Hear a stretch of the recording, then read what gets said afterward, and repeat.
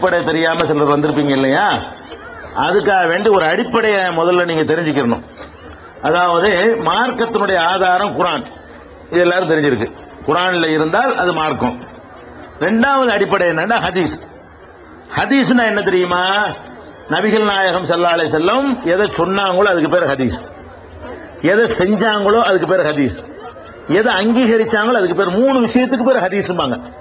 அதாவது ரசூல் ஸல்லல்லாஹு அலைஹி வஸல்லம் அவர்கள் எதை சொன்னார்களோ அதுக்கு பேர் ஹதீஸ், எதை அவங்க செஞ்சாங்களோ அதுக்கு பேர் ஹதீஸ், இன்னொரு ஆள் செய்யறத பார்த்து தடுக்காம இருந்தாங்க பாருங்க, அது கூட ஹதீஸ் தான்.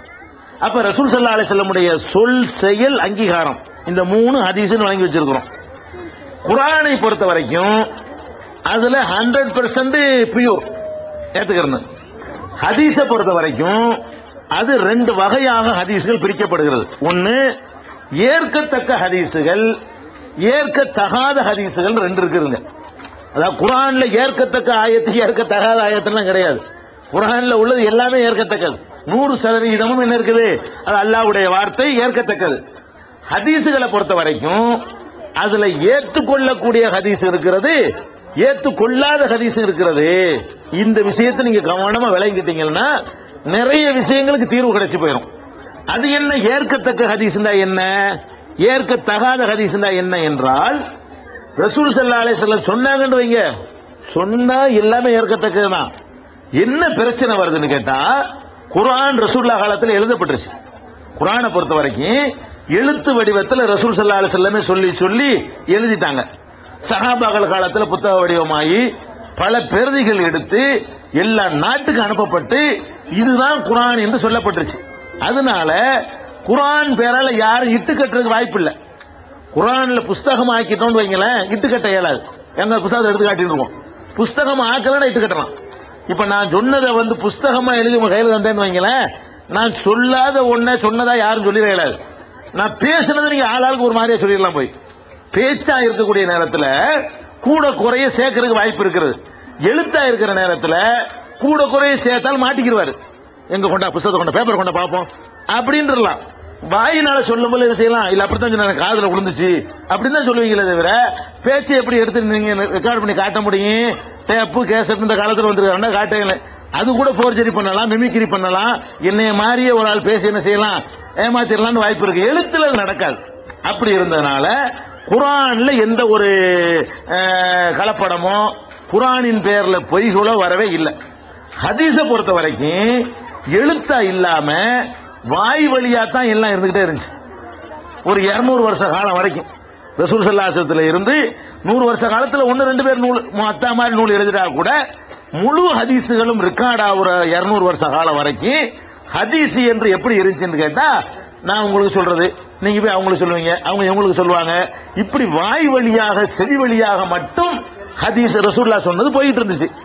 இப்ப என்ன பண்ணிட்டாங்க, சில ஆட்கள் நுழைஞ்சி, முனாஃபிக் இருந்தான், யூதர்கள் இருந்தாங்க, உலக நோக்கத்துக்காக இஸ்லாத்துக்கு வந்தவங்க இருந்தாங்க, உண்மையான மார்க்கத்தை விளங்கிக்கிட்டு வராம இது ஆதாயம் கிடைக்குதாங்கிறதுக்கு வந்தாங்க.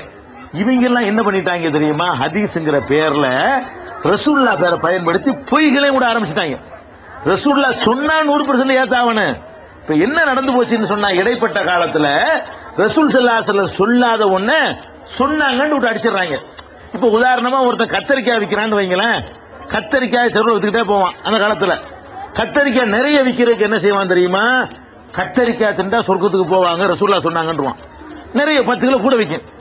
ரசூலுல்லாஹ் பேரை சொல்லுமே என்ன செய்யும், யார் கத்தரிக்காய் திங்கிறானோ சொரக்கா திண்டா அப்படி ஹதீஸ் இருக்கு, மன்னக்கள துப்பா ஃபக்கத் தகலல் ஜன்னான்னு சொன்னானோ, சொரக்கா தின்னவும் சொர்க்கத்துக்கு போவாண்டு.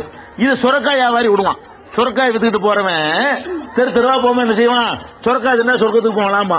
இப்ப மக்கள் அறியாத மக்கள் என்ன செய்வாங்க, ஆளுக்கு 2 சொரக்காய் வாங்குவாங்க, சொரக்காய் பிடிக்காட்டா கூட வாங்குவாங்க. அப்ப இப்படி எல்லாம் கதைகள் வந்த உடனே ஹதீஸும் ஹதீஸ் இல்லாதும் கலந்து போய்விட்டது. ஹதீஸ்ங்கிற பேர்ல என்ன கலந்துருச்சு, ரசூலுல்லாஹ் சொன்னதும் இருக்குது, அதுல சொல்லாததும் கலந்து விட்டது. அதனாலதான் ஹதீஸை பிரிக்க வேண்டியிருக்கு. இப்ப ரசூலுல்லாஹ் சொன்னது எது, சொல்லாது எது என்று பிரிக்க வேண்டிய அளவுல ஹதீஸ்கள் இருக்கிறது. ஒரு டீப்பான விஷயம் இது. இருந்தாலும் ரொம்ப எளிமையா உங்களுக்கு சொல்றேன், இது தெரிஞ்சாதான் தஸ்பீஹ் தொழுகைக்கு வர முடியும். சும்மா தஸ்பீஹ் தொழுகைக்கு ஹதீஸ் இருக்குது ஆனா சரியில்லைன்னு சொன்னா நீங்க என்ன பெறுவீங்க? ஹதீஸ் இருக்குதான் அப்ப சரியில்லையா அப்படின்னு வழங்காம சொல்லிட்டு போயிருவீங்க. அதுக்காக என்ன சொல்ல வேண்டியிருக்குன்னா ஹதீஸ்னா என்ன நீங்க விளங்கிக்கணும். குர்ஆன்ல இருக்குதுன்னா அப்படிலாம் இட்டுக்கட்ட முடியாது. ஹதீஸ் ரெக்கார்ட் பண்ணாத காரணத்தினால இப்ப புகாரி, முஸ்லீம், அகமது, மாலிக் இந்த மாதிரி ஆளுக்கு தான் ரெக்கார்ட் பண்றாங்க, புஸ்தகமா ஆக்குறாங்க.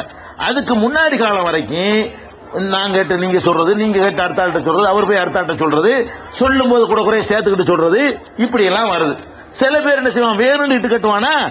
சில பேர் என்ன செய்வாங்கன்னா ஞாபக சக்தி இல்லாம மறந்து போய் நான் ஒண்ணு உங்கள்ட்ட சொல்றேன், நீங்க எல்லாம் நல்ல எண்ணத்தில் உள்ள ஆளுக்கு தான், நான் சொன்னது அப்படியே போய் அடுத்த ஆளுக்கு நீங்க திரும்ப சொல்லுவீங்களா? சொல்ல முடியாது.